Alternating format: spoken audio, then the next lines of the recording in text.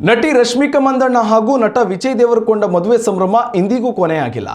ಉದಯಪುರದಲ್ಲಿ ಅದ್ದೂರಿ ಮದುವೆ ಹಾಗೂ ಹೈದರಾಬಾದ್ನಲ್ಲಿ ಆರತಕ್ಷತೆ ಕಾರ್ಯಕ್ರಮದ ಮೂಲಕ ಗಮನ ಸೆಳೆದಿದ್ದ ಈ ಜೋಡಿ ಇದೀಗ ಕೊಡಗಿನಲ್ಲೂ ಮೋಡಿ ಮಾಡಿದೆ.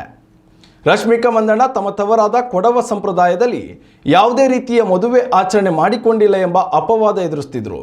ಆದರೆ ಇದೀಗ ತಮ್ಮ ತವರಿನಲ್ಲಿ ಅದ್ದೂರಿ ಆರತಕ್ಷತೆ ನಡೆಸುವ ಮೂಲಕ ಈ ಅಪವಾದಕ್ಕೆ ಪೂರ್ಣ ವಿರಾಮ ಇರಿಸಿದ್ದಾರೆ. ಕೊಡಗಿನ ವಿರಾಜಪೇಟೆಯ ಸೆರೆನಿಟಿ ಹಾಲ್ನಲ್ಲಿ ಈ ಅದ್ದೂರಿ ಸಮಾರಂಭದಲ್ಲಿ ರಶ್ಮಿಕಾ ಮಂದಣ್ಣ ಕೊಡವ ಸಂಪ್ರದಾಯದಂತೆ ಸೀರೆ ಹಾಗೂ ಆಭರಣಗಳನ್ನು ಧರಿಸಿ ಗಮನ ಸೆಳೆದಿದ್ದಾರೆ. ಸಾಂಪ್ರದಾಯಿಕ ಕೊಡವ ಶೈಲಿಯ ಮಹಿಳೆಯಂತೆ ಕಂಗೊಳಿಸಿದ್ದಾರೆ. ರಶ್ಮಿಕಾ ಮಂದಣ್ಣ ಕಾಂಜೀವರಂನ ಹಸಿರು ಹಾಗೂ ಗುಲಾಬಿ ಬಣ್ಣದ ಸೀರೆಯನ್ನು ಧರಿಸಿದ್ದು, ಇದಕ್ಕೆ ಕೊಡವ ಸಂಪ್ರದಾಯದ ಆಭರಣಗಳಾದ ಪತ್ತಕ್, ಜೋಮಾಲೆ, ಕೊಕ್ಕೆತಾತಿ ಮತ್ತು ಪೌಂಚಿಯನ್ನು ಧರಿಸಿ ತಲೆಗೆ ಮಲ್ಲಿಗೆ ಮುಡಿದಿದ್ದಾರೆ.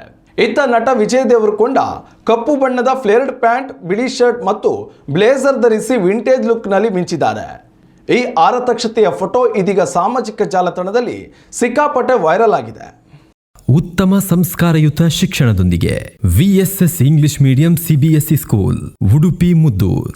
ನರ್ಸರಿಯಿಂದ 10ನೇ ತರಗತಿವರೆಗೆ ಶಿಕ್ಷಣದ ಜೊತೆಗೆ 5ರಿಂದ 10ನೇ ತರಗತಿವರೆಗಿನ ವಿದ್ಯಾರ್ಥಿನಿಯರಿಗೆ ಉತ್ತಮ ಹಾಸ್ಟೆಲ್ ಸೌಲಭ್ಯವೂ ಇದೆ. ನಿಮ್ಮ ಮಕ್ಕಳ ಪ್ರವೇಶಾತಿಗಾಗಿ ಈ ಸಂಖ್ಯೆಗೆ ಕರೆ ಮಾಡಿ.